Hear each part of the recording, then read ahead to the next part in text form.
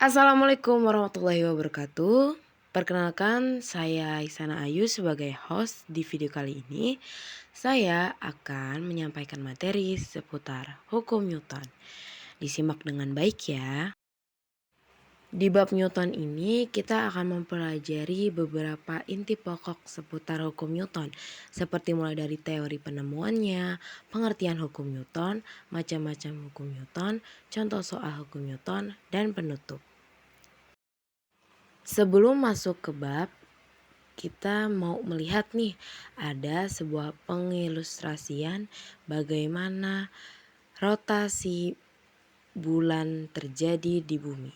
Dan juga ada seperti satelit, buatan dan roket yang memutar bumi untuk menghitung berapa banyak gaya dan juga perputaran yang dilakukan bumi pada setiap tahunnya.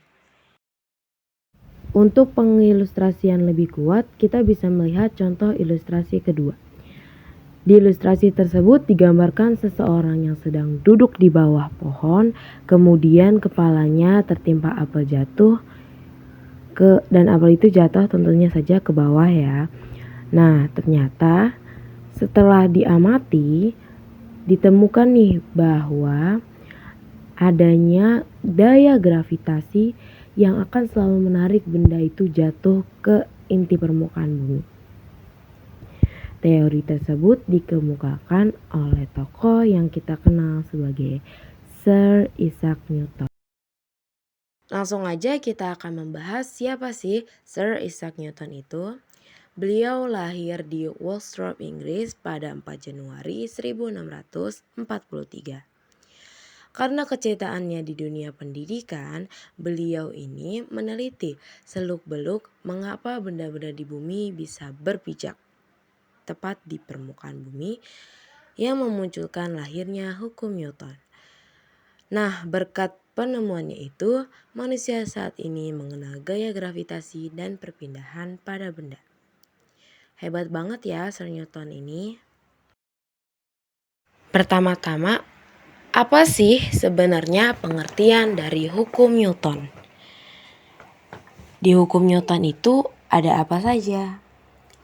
Di sini, hukum Newton bisa kita artikan sebagai hukum yang menggambarkan hubungan antara gaya yang bekerja pada suatu benda yang gerak disebabkannya. Pada hukum Newton, hukum dasar merupakan dinamika yang merumuskan pengaruh gaya terhadap perubahan gerak benda. Jadi penting banget di bab Newton ini tentang perubahan gerak benda itu sendiri. Kita akan masuk ke hukum 1 Newton. Hukum 1 Newton itu bisa kita gambarkan dengan rumus sigma dari seluruh resultan gaya sama dengan 0. Kenapa bisa 0? Di sini dibunyikan, jika resultan pada suatu benda I sama dengan 0, maka benda yang diam akan tetap diam, dan benda yang bergerak akan tetap bergerak dengan kecepatan tetap. Suatu benda mempertahankan keberadaannya. Benda yang diam akan cenderung untuk tetap diam, dan benda yang bergerak akan cenderung untuk tetap bergerak. Di hukum 1 Newton ini, benda cenderung mempertahankan keberadaannya. Contoh penerapan hukum 1 Newton di kehidupan sehari-hari, misalnya ada kendaraan yang sedang melaju, kemudian direm secara mendadak, maka badan kita akan refleks ke depan. Kita lanjut ke hukum 2 Newton. Di hukum 2 Newton kita akan mendapatkan rumus sebagai berikut. Sigma F, jumlah total dari resultan gaya, sama dengan massa dikali percepatan. Percepatan sebuah benda akan berbanding lurus dengan gaya total yang bekerja padanya, dan akan berbanding terbalik dengan massanya. Arah percepatan akan sama dengan arah gaya total yang bekerja padanya. Contoh penerapan hukum 2 Newton bisa kita coba melalui praktik melemparkan batu ke atas langit-langit bumi. Ketika kita melemparkan, ada sepersekian detik batu tersebut akan diam di permukaan bumi lalu akan jatuh kembali ke dalam tanah. Selanjutnya ada hukum 3 Newton. Hukum 3 Newton berbunyi, ketika suatu benda memberikan gaya pada benda kedua tersebut akan memberikan gaya yang sama besar tetapi berlawanan arah dengan benda yang pertama.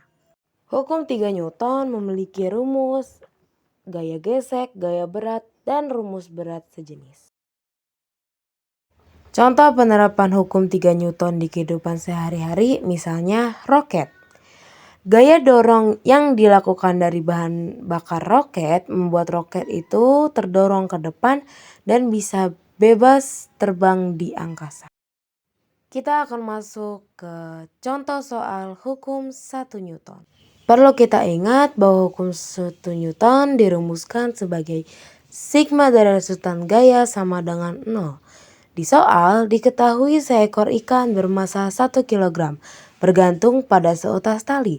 Jika gravitasinya 10 meter per second kuadrat, maka besaran tegangan tali adalah, kita bisa langsung masukkan ke rumus, sigma F sama dengan 0, tegangan dikurang gaya berat sama dengan 0, tegangan sama dengan gaya berat.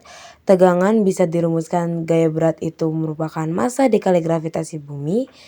Tegangan sama dengan 1 kg dikali 10 konstanta gravitasi bumi yang menghasilkan 20 Newton.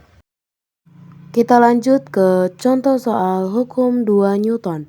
Hukum 2 Newton bisa kita rumuskan sebagai sigma F sama dengan massa dikali percepatan. Diketahui gaya resultan yang bekerja pada sebuah benda memiliki massa 30 kg. Jika dipercepat dengan percepatan 2 meter per second, maka hasilnya adalah, kita langsung jawab, sigma F sama dengan massa dikali percepatan. Langsung aja 30 dikali 2, sigma F sama dengan 60 Newton. Kita lanjut ke soal hukum 3 Newton. Diketahui gaya F bekerja pada benda bermassa M menghasilkan percepatan sebesar 6 meter per second kuadrat. Jika gaya yang diberikan 12 Newton, maka massa benda tersebut sebesar F sama dengan 12, percepatannya 6 meter per second, maka gaya sama dengan massa dikali percepatan. Gaya sudah kita ketahui 12 sama dengan massa dikali percepatan 6. Massa sama dengan 12 dibagi 6, maka dihasilkan massanya adalah sebanyak 2 kg. Sekian, terima kasih. Semoga penjelasan yang saya berikan bisa bermanfaat untuk kalian semua. Sampai jumpa lagi.